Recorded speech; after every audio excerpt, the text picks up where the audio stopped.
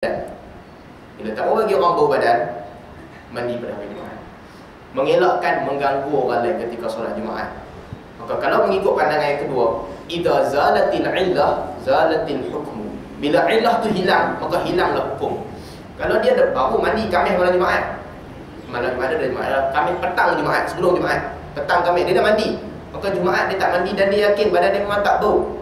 Ikut pandangan yang kedua, dia tak perlu mandi.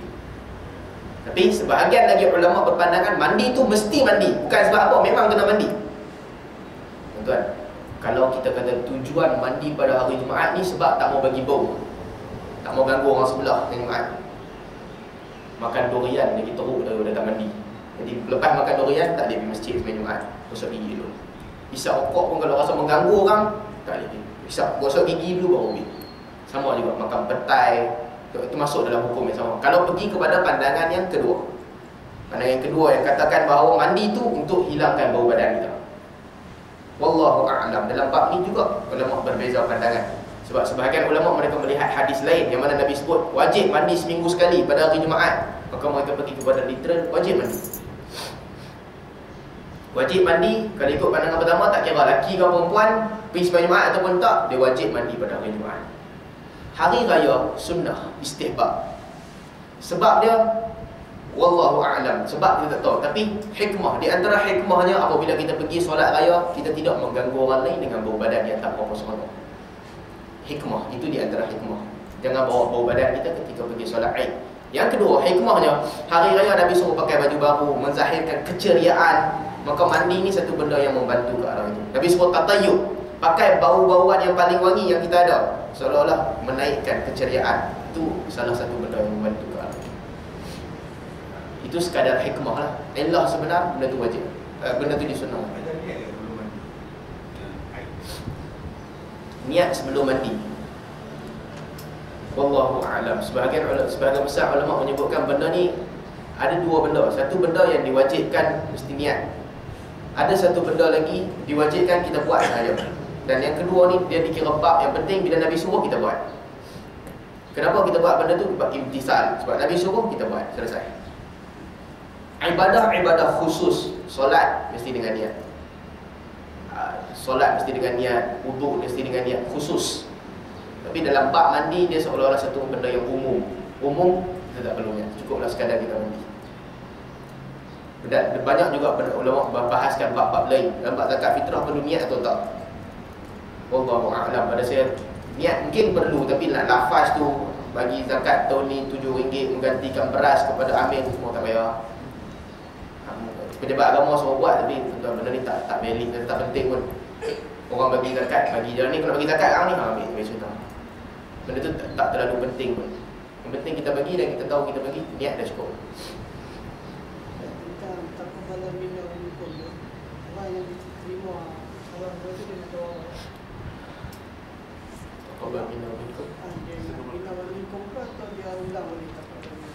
Ramai orang sebut minna wa minkum taqabbal ya karim, tapi saya tak pasti hadis kuat atau tak, yang akan cek balik. Saya tak pasti ada, kalau ada kawan-kawan yang pernah baca hadis, Allah alam, saya tak pasti. Tak sempat nak cek hadis.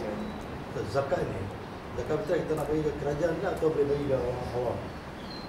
Atau zakat pun, zakat kita nak bagi ke kerajaan wajib atau kita bagi orang awam atau orang miskin tadi? Zakat biasa.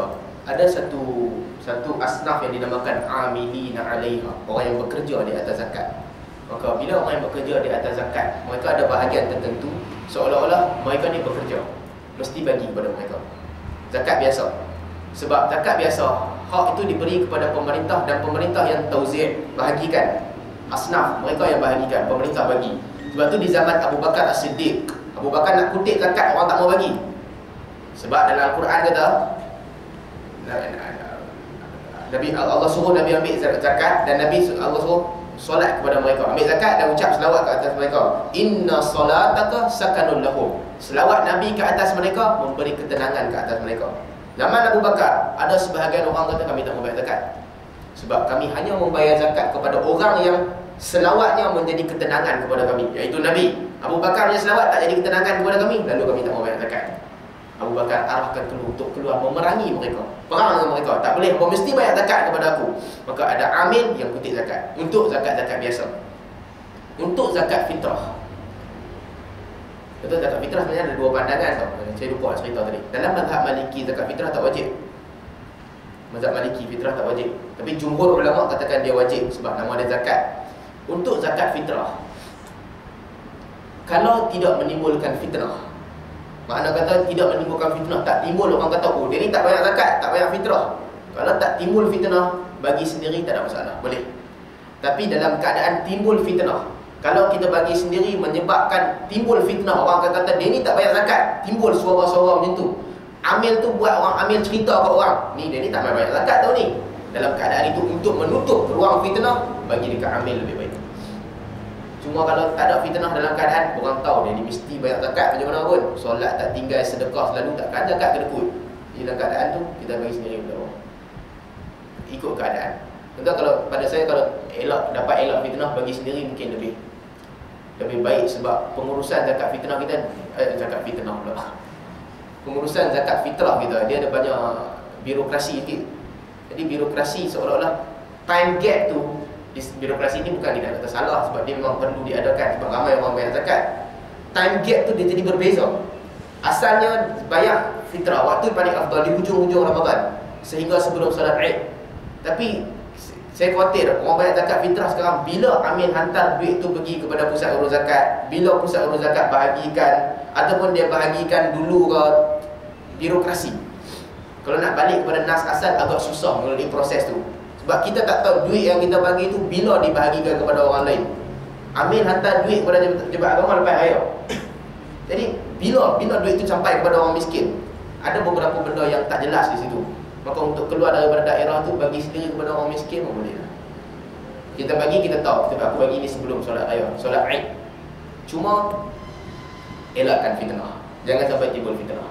Selagi tak timbul fitnah, kita boleh buat. Allah.